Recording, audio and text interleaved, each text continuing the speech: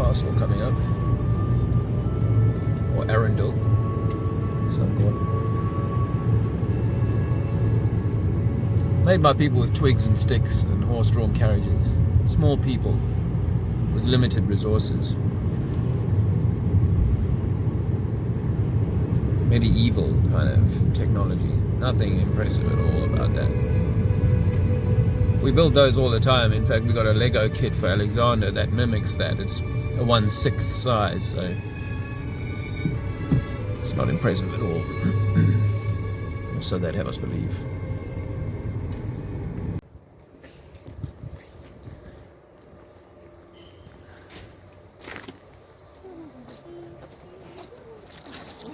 Sorry. Drat. Dog's a little testy.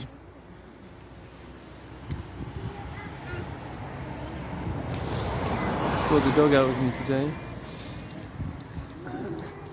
Beautiful. Really. Magnificently built. Impressive.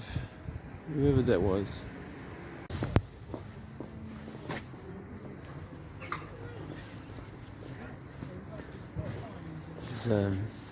Not quite what I was expecting. Farmers market at Arundel. Who knows, we might even be a bit late. It's midday, and farmers are typically done for the day by midday, up at 5 or whatever. It's a beautiful place. What a history, who knows the truth of it. The river, and some very old, well, actually maybe not that old, but old enough for me. Some kind of cataclysm took the roof away. That's what makes the most sense. The damage from above downwards, as you can see, there's bits missing in these otherwise very solid old walls.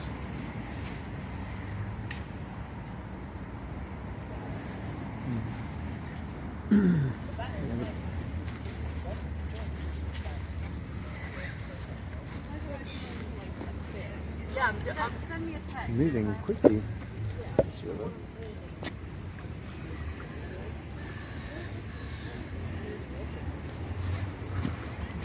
Yeah, very pretty.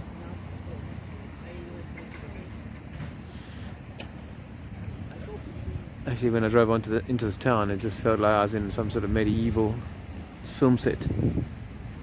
Ah, there's some one in orange or red.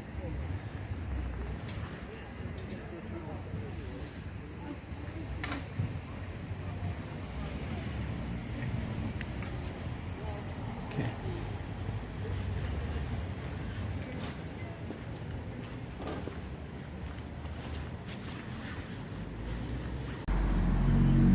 Yeah, this is got all that proper old school feel all the way out to the castle wall up there, which is closed today, so we'll see what we can do. Ye oldie tea rooms. Ye evidence of mud flood? Oh yeah. Huh. No, they just built like that. That's just common sense, isn't it? Window at street level, you see that all the time. And yeah, don't worry about the Masonic tale. That doesn't mean that everybody's into Freemasonry or knows what Freemasonry is about. Oh, good lord. This goes down a bit, but I suspect there's much more down below. I won't pry too much.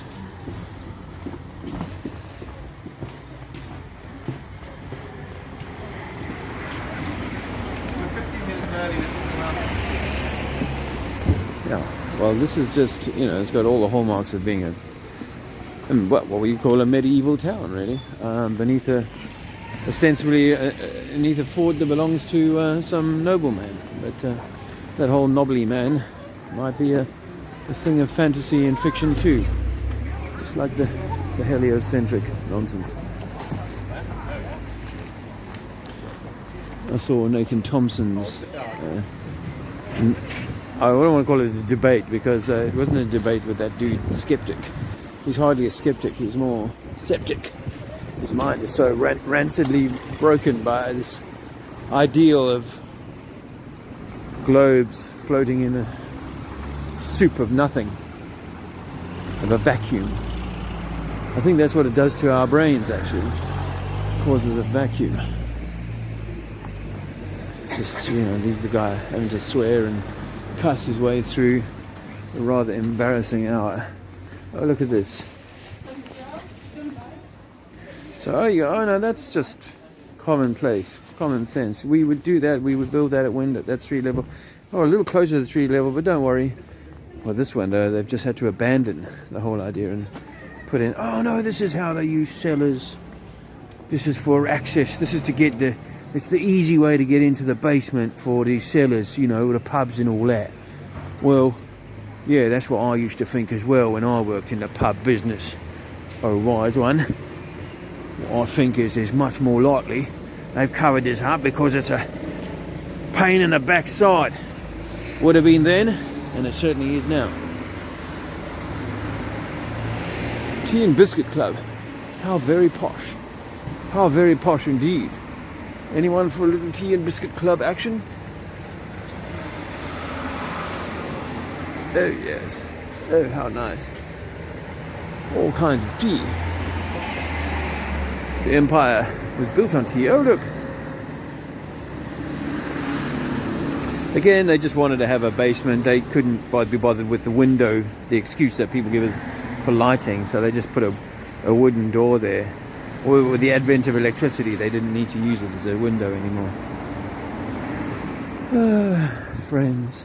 I haven't walked up here before, but I mean, again, really, look at the state of this.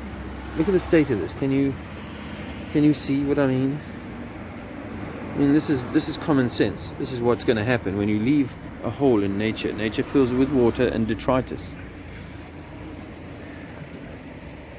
Maybe that explains the problem people have with letting go of their globe. It's filled with detritus. Oh, look, something on the other side that caught my eye. Again, builders who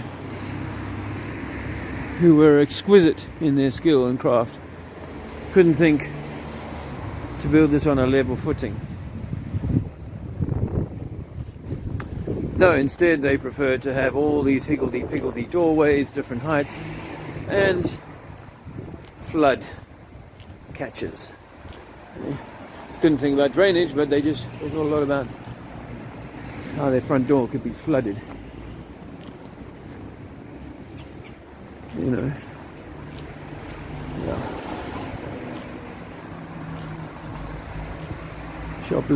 Shop is now higher than the pavement.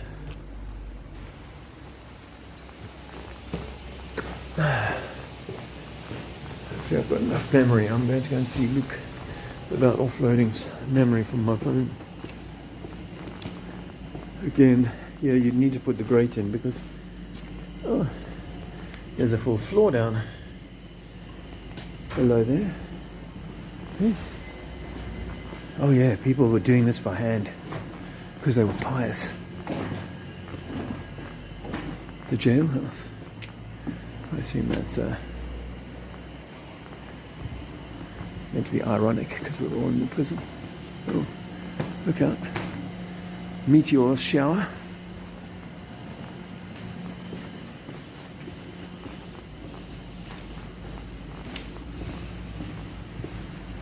Yeah. Would have been the first floor. I can reach up and touch it. There's 8 foot, maybe more, of silt, and we're on a hill. See, that's why sometimes I think the mud came in from above, or the flood came in from above, the inundation. Rather than washing things away down the hill, it just broke in the roofs, and which is why perhaps you get buildings like this where they've tagged on onto the original brick structure that survived. They've tagged on the floor that's now beneath the ground, and they've obviously used a different style of construction sought to expand on the footprint, but yeah, you just wouldn't bother with that, really. I mean, why not just simply make everything at the right level? Anyway, I'm just about at the top here where the sun is shining, and I think is possibly a little opportunity for me to set up. Hopefully there's a Wi-Fi signal and I can do some chalk, catch a few people for a conversation today. It's pretty, isn't it? And yep, these walls were built by pious little men with precious little machinery. How do they build? Slaves and piety. That's all you need to answer. You don't need to know anything else. You just need to be able to repeat the mantra passed down by on high educational authorities and whatnot. Yeah, it's a bit of a shame. I've got Andrew and Alexander down the hill today, so I might go on a little further, see if I can find somewhere a little bit here. I know that this is closed today, but there's 0 footfall here. It would make no sense for me to set up here. Almost no sense.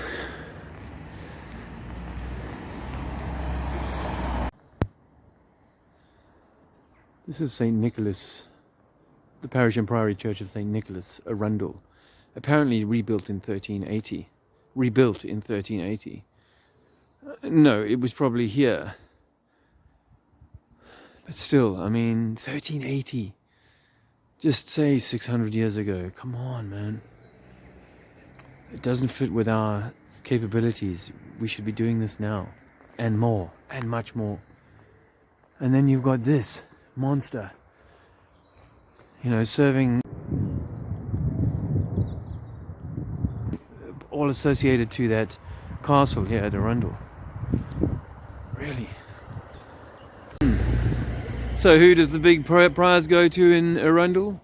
Well, surprise, surprise. It's a Catholic artifact, would you believe? Very similar to the beautiful building I saw at Lansing yesterday. Apparently one of the tallest freestanding roofs in England.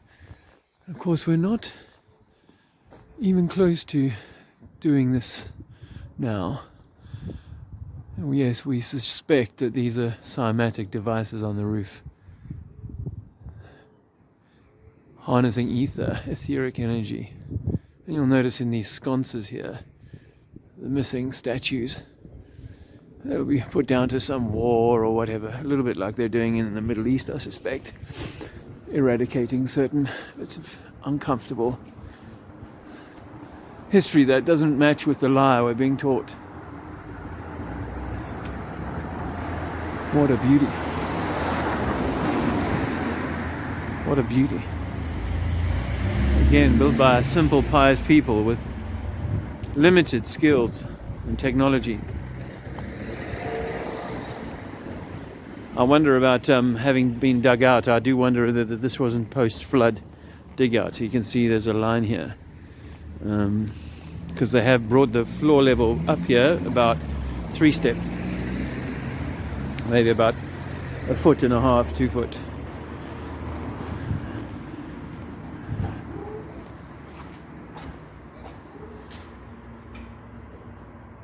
What's that? The earth is flat? Obviously. You knew that. If you were smart enough to build this, you knew this was some sort of electromagnetic environment, world.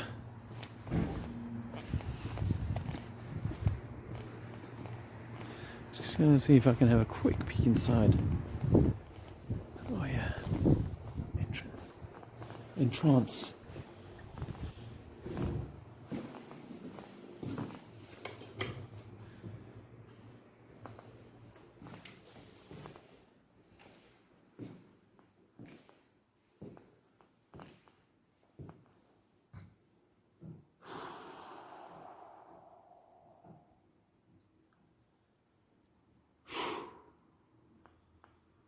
are they using for scaffold?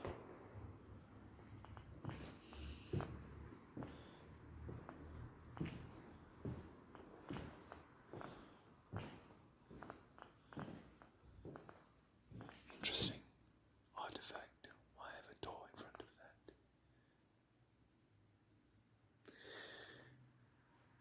It's just a storage area now. As you saw yesterday, there's the bit on the left. I think this looks more modern.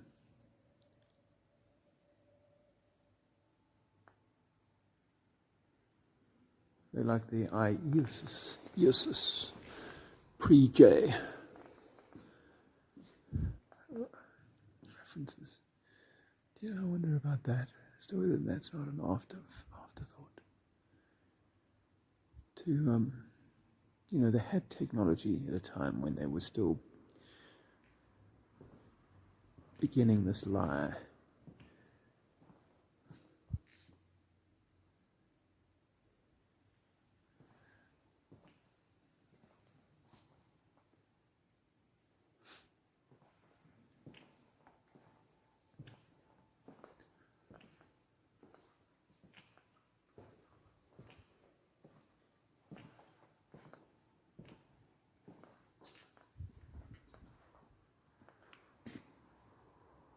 Deceived, not deceiver. Forgive them, for they know not.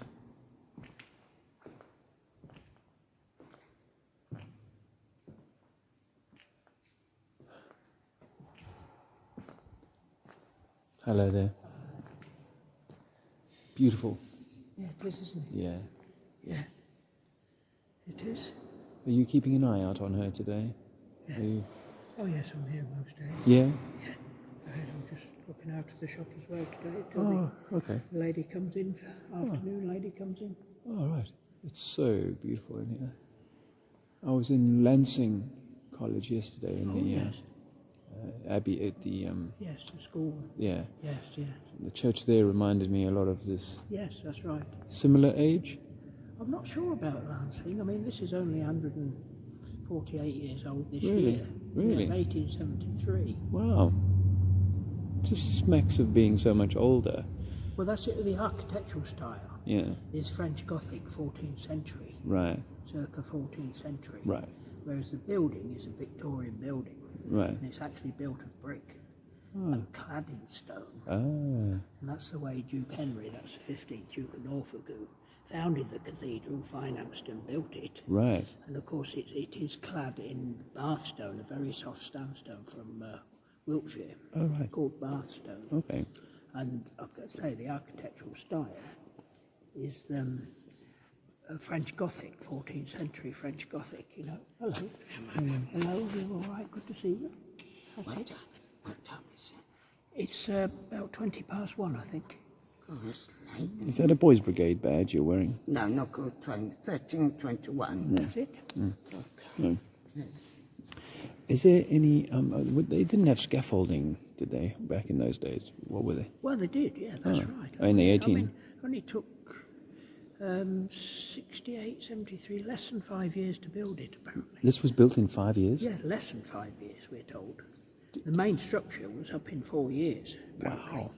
Wow. Yeah, I mean, they were good, Victorians, you know, the amount of stuff they built. Yeah. They didn't Yeah. hang about, as it Yeah. were, to put it bluntly. Yeah. You know, when you think about the railways, the reservoirs, things like that, churches, Yes. you know.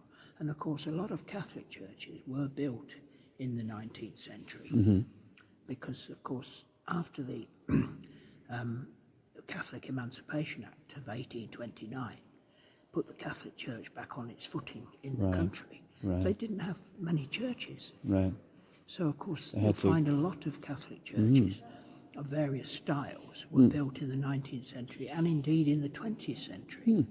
And that's why a good many of them are brick and with stone cornices and stone corners and so on. So, you know. Okay. And does the museum, or do you have any images of it being built? We don't. All we've got is a few in the archives. There's a few sort of sketches and drawings Right. and things like that. But nothing of the construction phase itself. No, that's right. I mean, even we've searched for stuff, and even in the castle, because obviously the Arundel Castle is the home of the current Duke of Norfolk, the 18th Duke. And I mean, they've got archives and stuff, and very much lacking in certain things. But of course, photography wasn't around then, was it? No, as far as we know, it wasn't. No, but as far as we know. So it was all basically sketches by architects of the day and builders and so on. But you'd imagine with such an amazing structure like this, that the church or the Duke or whatever would have commissioned an artist to paint during the construction Well, I period. haven't seen any paintings. I mean, there are, like as I say, there's sketches and stuff like that, you see. Yeah. And it's like, like St. Philip Howard, was the 16th century. I mean, he was the 13th Duke of Arundel. Right. I mean, his descendants right down to today. Right. And I mean, all you've got from them, is like images of the day, like on postcards and on the front of his book and stuff like that. Yeah. And of course, the statue, did he look like that? I mean, it's like... Because they did this after 200 years later or something? Is that what you're saying? If they built this in the 1800s and he was a... Yeah, he died in 1597. Wow. Well, died in the Tower of London. Right. You see, and died for the faith because he was locked up, basically. Okay. Because he wouldn't renounce his Catholic faith. Really? So Elizabeth I never actually signed his death warrant because she always thought he would come round to her way. Yeah. But he didn't. Wow. So he died a very young man in the Tower. Wow. And so he died for the faith. So eventually, in the 20th century, he was, canonised. Okay. Along with the 40 martyrs of England and Wales. Right. Basically, having given his life to Catholicism, the church, yeah. to Catholicism, Yeah. These are the right. heroes of the movement, as it were. That's right. Wow, that's fascinating. Yeah. I just think that today, with all of our machinery and our cleverness, we wouldn't be able to build this in 5 years. No, well, it would take just as long as I always think. Yes, yeah. That's right. And so you wonder, what did they know, what did these stonemasons have, or these craftsmen have that we don't have today? Because if we did it today in 5 years, we'd do it with cranes. And they didn't there'd have be scaffolding and cranes and everything. Everything heavy would be lifted up. Yeah. Well, in them days, yes, they had winches and pulleys because obviously they've been around for years. Sure. I mean, goodness me. Yeah, and the Egyptians were using... Egyptians, exactly. You have old sketches of the pyramids and them, you see. So that's basic engineering. That's the things you do in physics at school, the first sort of things that you learn about, stuff like that. So then they had that, and they had scaffolding. And of course they had labour, which was in great supply. Oh, yeah, the old cheap labour story, yes. Of course, So nothing was left. Yeah. They got on with it, basically. Yeah. But the Victorians, as I said earlier, they got on with stuff, didn't they? Yeah. They built it. I mean, look at how much we rely on their infrastructure even Today, I know. Their rail, if we change any of our rail networks, it takes us years to do for anything. goodness And sake. we inherited all of this from them. I mean, all the were structures amazing. we've got around and reservoirs particularly. If you've ever seen reservoirs close, I mean, there are in natural landfill areas, but the constructed ones are built of stone, solid, granite and stuff like that. The things are, you can't even pick them up. Yeah. And they didn't have They are cranes. standing today, and they'll still stand. Yeah, in 100 or 500 years. And past. we've let, like I always think in our day and age, and there's all this crying about lack of water and this, that and the other, and that. Where's the new reservoirs? There aren't any. Yeah. You see? Yeah. And of course they can't even maintain the network properly. The ones that we they've got. inherited, Yeah. Let alone add new ones. My daughter's at Canterbury University, and so I go and visit there every now and again, and they've had the spires at the cathedral under wraps for about 10 years, or they've been doing repairs. So this is 10 years of repairs, let alone build this thing in 5. Yeah. It just staggered. I mean, yes, we have, but, we maintain the place. You've got to be proactive in maintenance because even at a place like this, things happen, particularly with wind and rain, and water is the biggest damager of all things. And of course leaded windows, We've had all these refurbished, Okay. you know, and recently last year that one was out. That was this you know, this time last year that was The rose. that wasn't there. I mean, it Oh, was really? away being reset. Really? And then yes, I mean, we took it out on the previous August Oh wow. and put perspex in the windows and, Okay. and resealed it. Yeah. And all the glass and everything went back to the glass studios to be repaired, re-leaded and reset. You know, about £200,000 worth. Wow. And then it was put back up before Easter last year. Right. Yeah. In time. That was our latest big project. Right. You know, yeah. Wow. Yeah. So you've got to be proactive Yeah. in this thing. Yeah. Because our prevailing wind, of course, as you may know, is southwesterly. Right. So we get hammered up here with the wind and rain. I mean, Okay. today happens to be a nice calm day, you know. But so, of course, we get, you know, the problems on the finer weather side, if you like, because that's where the weather comes from. Now, on the cold side, you know, the north and the northeast, we get very little trouble at all. Any weather damage, and I suppose even the stained glass stays in much better shape. Yeah, that's right. If it's not having to be. Well, if you go outside and look at the stone outside, Yeah. you'll see the different colours around the cathedral as to which way it is. You know, you'll see the northeast aspect as a different sort of colour on the stone because that's all natural. It's never been cleaned outside. Right. And not seriously. You know, it's been washed down gently with, you know. But of course, you have to be careful with the stone because it's so soft. Right. And Is it when they say you clad it? Is it clad with like a cement or is it? no, it's the stone It's an is actual stone. constructed and held onto the brickwork. Hi, Marianne. Okay. All right. Okay. So one more question then. All the detail bits that you see on the roof, on the spires, are they carved or are they cast in They're concrete? carved. A lot of the pieces are carved out of blocks Right. and then put up there. Right. So when we did that west end, we did some stonework outside. Yeah. Some of the ornamental sections and the grotesques. Oh, yeah. And gargoyles. Yeah. Not many gargoyles. Most of them are grotesques. You know, gargoyles are things that spout water. And the other figures, I there saw might be one on the way something, in, They're called grotesques. Right. That's good to know. And of course they were carved out of solid stone Okay. and then lifted into place. Okay. Wow. And so that adds even more time, you would imagine, to the build time for something like this because it's all carved by hand. Oh yes, that's right. That's amazing. And of course, being soft stone, with the wind and rain, it does get Yes. worn away quite Yes. quickly. Yes. Yeah, and Yes. you do occasionally find a head or something Right. on That's the ground. Yeah. It's just got Ripped off blasted and way. blasted over a few years, and finally, It gives way. falls off. Yeah. Yeah. Well, I found that very fascinating. My name is Dave. Okay, Dave. Pleased to meet you. I'm Mike. Thanks so Look much for your after the time, place. Mike. I mean, we have information on the place that we have, in the form of the cathedral book, Okay. stuff like that, which is, Yeah. have a look at it on there. Thank you. Thank you very much. Okay. Cheers. Starting to feel a little bit like Wise Up. Some of these other guys go around looking at some of this detail. Look at this. This is the pitting that I think is, for me, I know it could be said this is just a sandstone, and maybe that is all it is, but I think it's so thin. The cladding is so thin that it would be very difficult to actually to move it or to use it. It's such thin strips. I'm gonna see if I can find any other. I mean, here this looks like it's just like a bubbling off, like a like not like stone, but like a cement wood. See the way that came away there, my finger. I'm not doing damage to this building. This is already damaged, as our man Mike told me.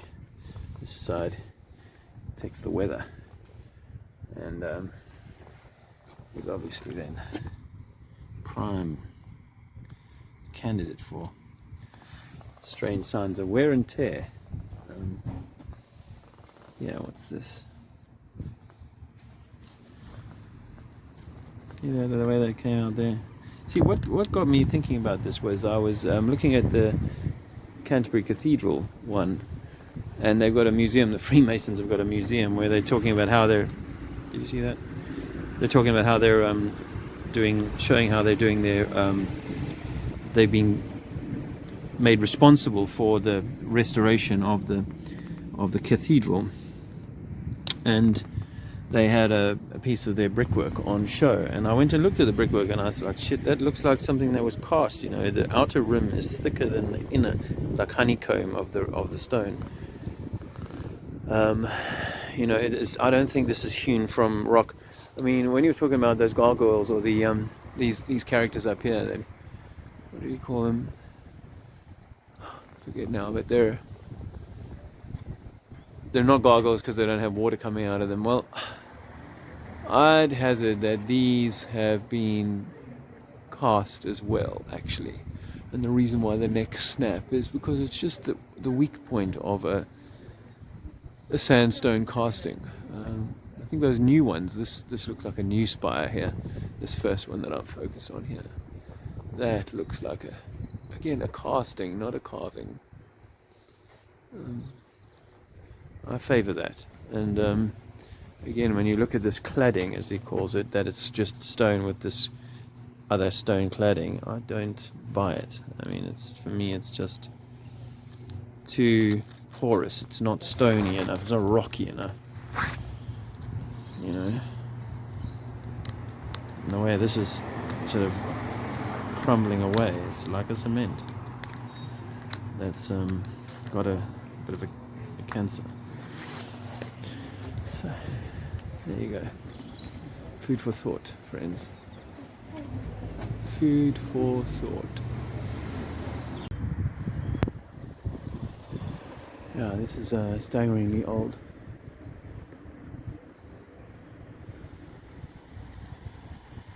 And staggeringly true.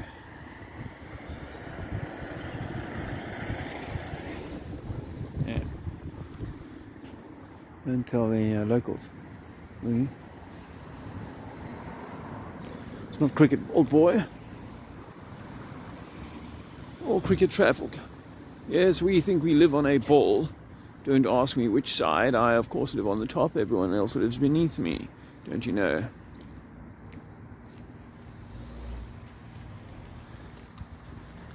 Fantastic. Good day, gentlemen. Hello. All right there. They miss the art. Oh well.